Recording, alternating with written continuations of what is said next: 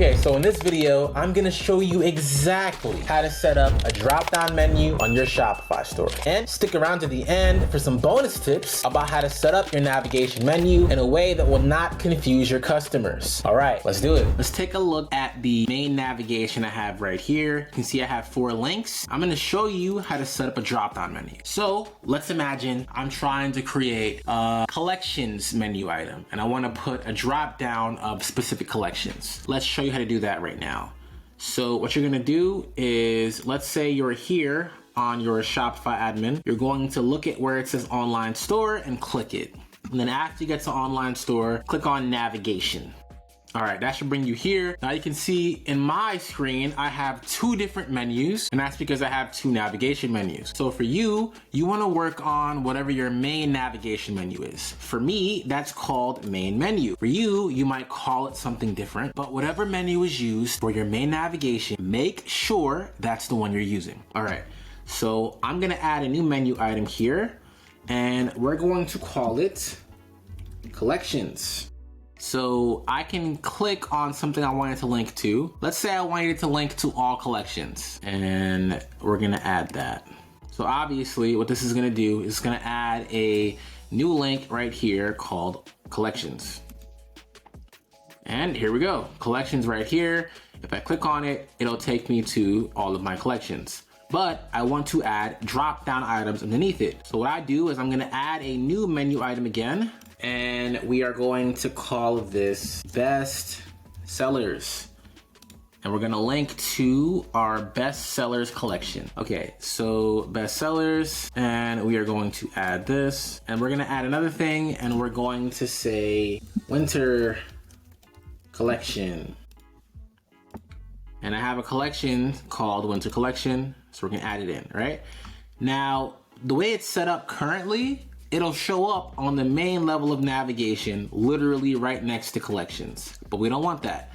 We want it to be inside of collections. So what you do is you grab this little area right here and you move it in. So now it's inside of collections. So do the same thing up here, we move it in. Now you can see they're both inside of collections. So we're gonna save that, and we're gonna take a look at what it looks like on our site. Now you see if I go back to my site right here, I have this collections link right here with an arrow pointing down, and if I click on the arrow pointing down, it opens up to the different collections I have here. Now this is kind of important to note here. Now you see how I'm clicking on collections and it's not allowing me to open up to the all collections link, right? See, I have set up on collections. If I edit it, collections is supposed to open up to all collections, but you can see on my screen, that's not really working. And the reason why that's happening is because once you make something a drop-down, it's not supposed to be used the way a regular link is used. So if you make a collections drop down on your thing, but you still want it to be able to have the option to open up all collections, I recommend creating another menu item, literally calling it all collections, and having it link to all collections. And then you take that menu item and you put it inside of the collections drop down. So we're gonna open up that drop down, and we're going to grab all collections and put it in here. Now, as a side note, just to make sure, because sometimes it might actually open up all the collections if you click collections, we're gonna click edit on collections, and we're gonna change that link. We're gonna get rid of it, and we're gonna put a £sign instead. Now, this will just cause the link to not open up, just to make sure it doesn't open up unless we specifically click that all collections link. Now, if we're to go back to our site, refresh the page and take a look at collections, you can see I have all collections in there, and it opens up to all collections properly. So that's how you do it. Okay, so that's essentially all that you need to know when it comes to adding drop-down menus to your site. But if you stuck around for this long, I have some bonus content for you that will show you how you can add in external links, as in links going outside of your store to your main navigation, or how you can add in a link to a specific section on your page. Let's check that out right now. Okay, for our first bonus tip, I'm gonna show you how you can link to a specific section on a page. So I want you to look past how badly this design matches the site and focus on what I'm telling you, right? So on my home page, I can scroll down and I have this section right here that showcases some reviews from some customers. Again, doesn't match the site's design at all, but I added this quickly just so I could show you how this works. So what we need to do is we need to grab the ID used by this section. Okay, I'm gonna show you something that developers do. Don't freak out, okay? So if we click on the three dots right here in Chrome, yours shouldn't say finish update, but you'll see these three dots. Click on it and we're gonna go to where it says more tools and we're gonna go to developer tools. Okay, like I said, don't freak out.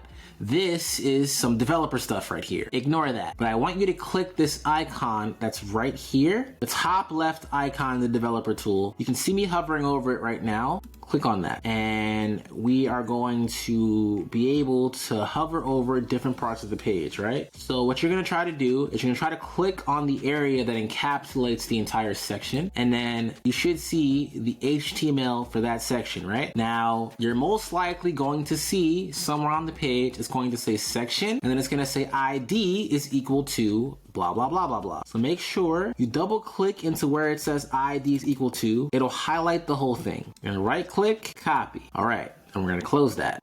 Now we're going to head back over to our admin, go back to navigation, and we're gonna add a new menu item to our menu. So I'm not gonna add this as a drop down, I'm just gonna add this as a regular link. I'm gonna just call it customer reviews. And then we are going to click on this and you see how it's asking me to paste in a link, right? Very important now. I can't just select a link provided from Shopify because this is a custom link I'm making right now. Since this is the home page, what you're gonna do is you're gonna type in the name of your Shopify store. So see where it says up here? Obviously it's not gonna say this on your end, but you're gonna type in this. Or what you can do, little cheat code, right? You can just type in /. The / is going to assume we're talking about the home page. And then you're going to type in #, and then you're going to paste in that ID that you copy. And then click this button right here, and we are going to add that, and we are going to save. Okay, once we save it, we can take a look at what it looks like. Now, if I go back to my site and I refresh the page, if I click on that customer reviews link, it'll take me to the home page and it'll scroll down to that area on the home page. Again, that area for me is right here. You see how it automatically took me there? Now, you see how in the admin, I just told you to put /# and then that ID you copied, right?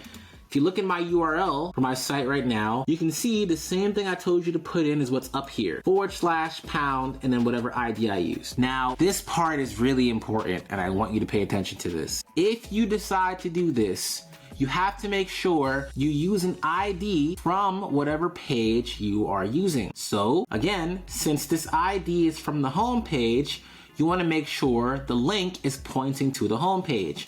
So if you didn't want to use the shorthand that I used here, in front of that /, you would put the name of your store. So for example, if your store is called haircuts.com, it would be haircuts.com /# and then that ID you copied in. This is done because, again, that ID is found on the home page. If, for example, that ID was found on the contacts page and you wanted to link to a specific place in your contacts page, you could do /pages /contact and then # whatever that ID is. Okay, this is the last bonus tip I have for you, and then I promise we're gonna wrap up the video. But let's say you wanted to link to an external site, a site outside of yours. God knows why you wanna do that, but if you did, here's how you would do it. So let's click where it says add menu item, and I am going to put outside website as the name. I know, I'm so original. All right. So to link to an outside site, you need to put the full link, the absolute link path of that site. So let's say, for example, we want to link to google.com. We're going to put https / google.com. And we're going to click on that right there, and we're going to add, and we are going to save. All right, and let's check out what it looks like. So refresh the page. It should be there. You see I have where it says outside website. We click on it and it takes us to google.com. Okay, that about covers all the bonus tips I had for you. If you enjoyed the video, and I really hope you did, because I worked hard on it, but if you enjoyed, like the video, subscribe to the channel so you don't miss any of the awesome stuff I have coming out for you guys. And yeah, hope you enjoyed, and we'll see you on the next one.